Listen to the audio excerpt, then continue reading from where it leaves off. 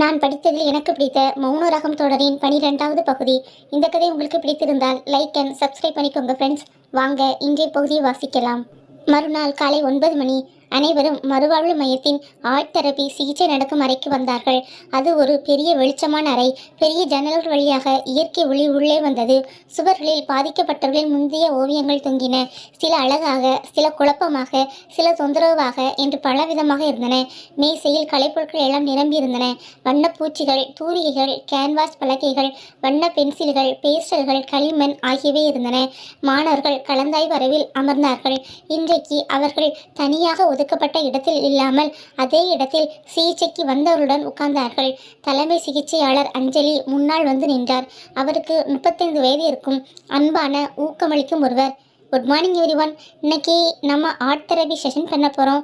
கலை அப்படிங்கிறது மன அதிர்ச்சியை வெளிப்படுத்தும் ஒரு சக்தி வாய்ந்த கருவி.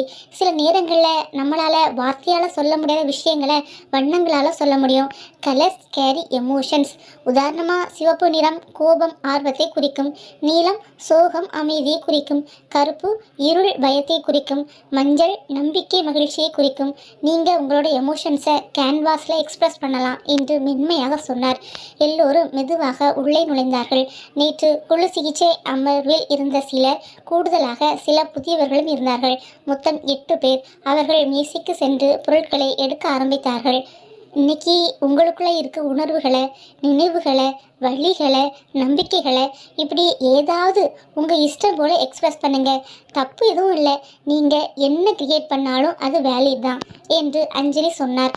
வந்தவர்கள் எல்லோரும் அவர் சொல்வதை கேட்டு சிலர் வண்ணப்பூச்சி தூரிகைகள் எடுத்தார்கள், சிலர் பேஸ்டல்கள், சிலர் களிமண் எடுத்தார்கள்.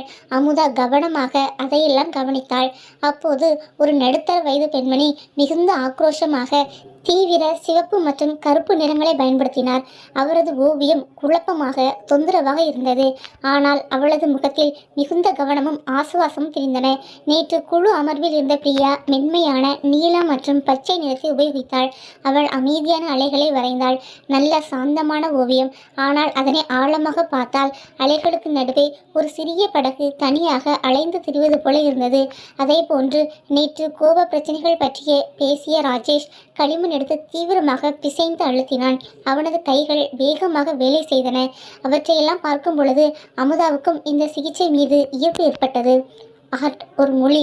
வார்த்தைகளுக்கு இல்லாத ஒரு தொடர்பு இதுக்கு இருக்குது. ட்ராமா சர்வைவர்ஸ்க்கு இது சேஃபாக இருக்கும். அவங்க தங்களுடைய டைரக்டாக எதிர்கொள்ள முடியாத சிம்பாலிக்காக எக்ஸ்பிரஸ் பண்ணலாம் என்று தனக்குள் சொல்லி கொண்டாள். திடீரென்று அஞ்சலி மாணவர்களிடம் வந்து, உங்களுக்கு விருப்பம் இருந்தால் நீங்களும் பார்ட்டிசிபேட் பண்ணலாம். இது உங்களுக்கு ஒரு லேர்னிங் எக்ஸ்பீரியன்ஸ். உங்களுக்குள்ளே இருக்க எமோஷ்னல்ஸை எக்ஸ்பிரஸ் பண்ணுங்க என்று சொல்ல மாணவர்கள் முதலில் தயங்கினார்கள். ஆனால் சிலர் மெதுவாக எழுந்து பொருட்களை எடுக்க ஆரம்பித்தார்கள். அப்போது ஸ்ருதி அமுதாவை பார்த்து, அம்மு, நாம ட்ரை பண்ணலாமா என்று கேட்கவும் அமுதா தலையாட்டினாள். இருவரும் ஒரு மேசைக்கு அருகில் சென்று அமுதா கேன்வாஸ் போர்டு மற்றும் வாட்டர் கலர் எடுத்தாள். ஸ்ருதி பேஸ்டல்ஸ் எடுத்தாள். அமுதா தன் ப்ரெஷ்ஷை எடுத்து நீளத்தில் தேய்த்து வரைய ஆரம்பித்தாள். அவள் எதுவும் திட்டமிட்டது இல்லை. அவளது கைகள் தானாகவே மனதிற்கு தோன்றியதை வரைந்து கொண்டிருந்தது. மெதுவாக அவளது ஓவியம் வடிவம் எடுத்தது. கடல், கடல் அலைகள், கரையோரம் ஒரு தனியாக உருவம். முகம் தெரியவில்லை. ஆனால் தனிமையான சிந்தனைமிக்க தோரணை இருந்தது. அமுதா அதை பார்த்து, நான் என்ன பெயிண்ட் பண்ணுறேன், இது என்ன பற்றியா அல்லது என்று புரியாமல் சிந்திக்க, அது கிருஷ்ணாவை பற்றி தான் என்று அவளுக்கு தெரிந்தது. அவளுக்கு தெரியாமலேயே அவனை வரைந்து கொண்டிருந்தாள். திடீரென்று கதவு திறக்கும் சத்தத்தில் மேலே பார்த்தாள். கிருஷ்ணா உள்ளே நுழைந்ததும் அந்த அறையை கண்களால் அளந்தான். கிளைண்ட்ஸ் எல்லாரும் வரைய, மாணவர்கள் சிலரும் கலந்து கொண்டிருக்க, மேலும் சிலர் அவர்கள் வரைந்ததை பார்த்து கொண்டிருந்தார்கள். அப்போது அஞ்சலி கிருஷ்ணாவை பார்த்து புன்னகைத்து, கிருஷ்ணா வெல்கம், உங்களுக்கு ஓகேனா நீங்களும் பார்ட்டிசிபேட் பண்ணலாம் என்று சொன்னார். கிருஷ்ணா உடனே எதிர்மறையாக தலையை ஆட்டி, இல்லை மேடம், நான் ஜஸ்ட் அப்சர்வ் பண்ணுறேன், அவ்வளோதான் என்று மறுக்க ஓகே என்று விட்டார் அஞ்சலி. ஆனால் அவனது பார்வையை கண்டவருக்கு, இவருக்கும் தெரப்பி தேவை போல, ஆனால் இவர் அதை அக்செப்ட் பண்ண விரும்பலை என்று நினைத்து கொண்டார். கிருஷ்ணா பக்கவாட்டில் நின்றிருந்தான். பேண்ட் பாக்கெட்டில் கைகள் வைத்துக்கொண்டு மற்றவர்களை நோட்டமிட்டு கொண்டு இருந்தான். அவனது முகம் எதையும் காட்டி கொடுக்காமல் போனாலும் அவனது கண்கள் தீவிரமாக ஓவியங்களை பார்த்தன. அவன் ஒவ்வொரு நபர்களையும் கூர்ந்து கவனித்தான். சிவப்பு மற்றும் கருப்பு ஓவியம் ஆத்திரம் மற்றும் அதிர்ச்சியை குறிக்கும். நீல அலைகள் தனிமை மற்றும் அமைதி தேடுதலை குறிக்கும். களிமண் சிற்பம் உடல் வெளிப்பாடு மற்றும் அடக்கப்பட்ட கோபத்தை குறிக்கும். அவனது பார்வை மாணவர்களிடம் சென்றது. ஸ்ருதி ஏதோ ஒரு சின்ன ஓவியத்தை வரைய மற்ற மாணவர்கள் எளிய வடிவங்களை வரைந்திருந்தனர். பிறகு அவனது பார்வை கடைசியாக அமுதாவின் மீது பதிந்தது. அவள் அந்த ஓவியத்தில் மூழ்கியிருந்தாள். அவளுடைய ஒவ்வொரு நகரும் கவனமாகவும் தீவிரமாகவும் இருந்தன. அவளுடைய முகத்தில் கவனமும் உணர்ச்சியும் நிரம்பியிருந்தது. கிருஷ்ணா அவளை ஒரு நிமிடம் பார்த்தான். பிறகு அவனது பார்வை அவள் வரையும் படத்திற்கு போனது. அதை கண்டவன் உறைந்து போனான். அந்த பெயிண்டிங்கில் கடல் அலைகள் தனியாக ஒரு உருவம் இருந்தது. அதை ஆழ்ந்து பார்த்தால் அதில் இருக்கும் சோகமும் தனிமையும் தெரிந்தது. கிருஷ்ணாவுக்கு அதிர்ச்சியாயிருக்க, அவ என்ன பெயிண்ட் பண்றாளா? அந்த உருவம் அது என்ன போல இருக்கு? நேற்று ஈவினிங் நான் கரையில் நின்னது அவளுக்கு தெரியுமா? அவ என்ன பார்த்தாளா? அவ என்ன என்ன அப்சர்வ் பண்றாளா? என்று ஏகப்பட்ட கேள்விகள் அவனுக்குள் எழுந்தது. அவனுக்கு கோபமும் குழப்பமும் சூழ, எப்படி அவ என்ன இப்படி வாட்ச் பண்றா? எப்படி அவ என் தனிமையை பார்க்கறா? என்று ஆத்திரத்தில் அங்கிருந்து வெளியேறினான். ஆனால் அஞ்சலி அவனை நிறுத்தி, கிருஷ்ணா ப்ளீஸ் ஒரு நிமிஷம், நீங்கள் ஆர்ட் தெரப்பி பற்றி உங்கள் பெர்ஸ்பெக்டிவ் ஷேர் பண்ண முடியுமா? அது ஸ்டூடெண்ட்ஸ்க்கு ஹெல்ப்ஃபுல்லாக இருக்கும் என்று சொன்னார். கிருஷ்ணா சற்று தயங்கினாலும் அவனால் மறுக்க முடியவில்லை. அவன் முன்னால் வந்து நிற்கவும் சிகிச்சைக்கு வந்தவர்களும் மாணவர்களும் அவர்களது வேலையை நிறுத்தி அவனை பார்த்தார்கள். கிருஷ்ணா மெதுவாக, ஆர்ட் தெரப்பி அது ஒரு பவர்ஃபுல் டூல். ட்ராமா சைவஸ்க்கு சம்டைம்ஸ் வார்த்தைகள் மட்டும் போதாது. சில வார்த்தைகளுக்கு உருவம் கொடுக்க முடியாத எமோஷன்ஸ் இருக்கும். ஸ்பீச்லெஸ் டெரர்னு வாண்டர் ஹோல்ட் சொல்வார். ட்ராமாவில் சில நினைவுகள் நான் வெர்பலாக ஸ்டோர் ஆகும். அது ஃப்ளாஷ்பேக், எமோஷன்ஸ் எதுனாலும் இருக்கலாம். ஆனால் அதுக்கு வார்த்தைகள் இல்லை. ஆர்ட் அந்த நான் வெர்பல் மெமரிஸை வெளியே கொண்டு வர உதவுது. கேன்வாஸில் அதை கொண்டு வந்தால் அது கட்டுப்பாடற்ற சூழலில் செயல்முறை பண்ண முடியும் என்று ஓவியங்களை பார்த்து கொண்டே சொன்ன கிருஷ்ணாவின் குரலை கேட்டவர்களின் மனம் கனமானது. இந்த பெயிண்டிங்கை பாருங்க. இதுல சிவப்பு மற்றும் கருப்பு கலர் இருக்கு. அது ஆத்திரம் மற்றும் இருளின் அர்த்தம். ஆனால் அது கேன்வாஸில் வெளியே வந்துடுச்சு. அது உங்க மனசுக்குள்ள டிராப் ஆயிடுச்சு இல்ல? அதுதான் ஹீலிங்கோட முதல் ஸ்டெப் என்று சொன்னான் கிருஷ்ணா. ரொம்ப அழகாக சொன்னீங்க கிருஷ்ணா. நீங்கள் ஆர்ட் தெரப்பியை நல்லா புரிஞ்சிருக்கீங்க. இதை நீங்கள் பர்சனலி எக்ஸ்பீரியன்ஸ் பண்ணியிருக்கீங்களா என்று அஞ்சலி கேட்க கிருஷ்ணாவின் முகம் உடனே இறுகி போய், இல்ல, நான் இது பத்தின ரிசர்ச் பண்ணியிருக்கேன், அவ்வளவுதான் என்று பட்டென்று சொல்லவும் அஞ்சலி அவனை ஊடுருவி பார்த்தார். அவர் ஒரு அனுபவம் வந்த சிகிச்சையாளர். அவளுக்கு நன்கு தெரிந்தது கிருஷ்ணா பொய் சொல்கிறான் என்று. அவன் ஏதோ காயமடைந்திருக்கிறான். ஆனாலும் அவனுக்கான சிகிச்சையை ஏற்க மறுக்கிறான். கிருஷ்ணா, நீங்கள் ஒரு ப்ரெஷ் எடுத்து சும்மா ட்ரை பண்ணி பார்க்கலாமே. எக்ஸ்பீரியன்ஸ் பண்ணால் தானே நாம் அதில் இன்னும் அண்டர்ஸ்டாண்ட் பண்ணிக்க முடியும் என்று அவள் மெதுவாக சொன்னார். இல்ல, எனக்கு அது வேண்டாம் என்று கிருஷ்ணா உடனே சொன்னான். அவனது குரலில் கூர்மை இருந்தது. ஏன், உங்கள் மனசுக்குள்ளே இருந்து ஏதாவது வெளியில் வரும்னு நீங்கள் பயப்படுறீங்களா என்று அழுத்தமாக அஞ்சலி கேட்க அனைவரும் அமைதியானார்கள். அங்கு பதட்டம் நிரம்பியது.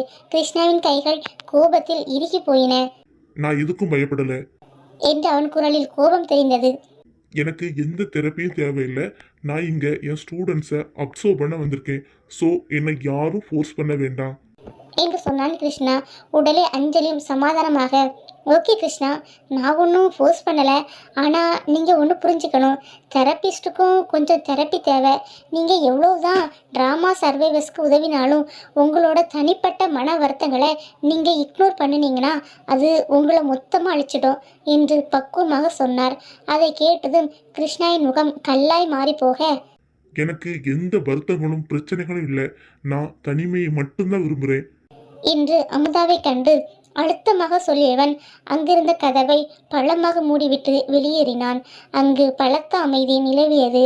கிருஷ்ணாவின் செய்கையில் எல்லோரும் அதிர்ந்திருக்க அஞ்சலி பெருமூச்சு விட்டார். சாரி எவ்ரிவன், நாம செஷனை தொடரலாம் என்றார் அஞ்சலி. ஆனால் அனைவரின் மனநிலையும் மாறியிருந்தது. கிளையன்ஸ் கொஞ்சம் சிரமமாக உணர மாணவர்களும் அசௌரியமாக உணர்ந்தார்கள். கிருஷ்ணாவின் எதிர்வினையை பார்த்து அமுதாவோ கொஞ்சம் அதிர்ந்து போயிருந்தாள். அஞ்சலி கிருஷ்ணாவின் மன ஓட்டம் பற்றி பேசியதும் அவரிடமும் கோபத்தை காட்டி தப்பித்து ஓடிவிட்டான். அவள் தான் வரைந்து வைத்திருக்கும் ஓவியத்தை பார்த்தாள். அந்த தனியான உருவத்தை கண்டு, நான் அவரை ஹேட் பண்ணிட்டேனா? அவர் என் பெயிண்டிங்கை பார்த்தாரா? அவருக்கு அது எப்படி உணர்த்தி இருக்கும் என்று எண்ணி வருத்தப்பட்டாள். அந்த அமர்வு மெதுவாக முடிந்தது. கிளையன்ஸ் தங்கள் ஓவியங்களை காட்சிப்படுத்தி சில விளக்கமும் கொடுத்தார்கள். அவற்றையெல்லாம் கேட்டு சிலர் அழுதார்கள், சிலர் உண்மையான உணர்வு பெற்றார்கள்.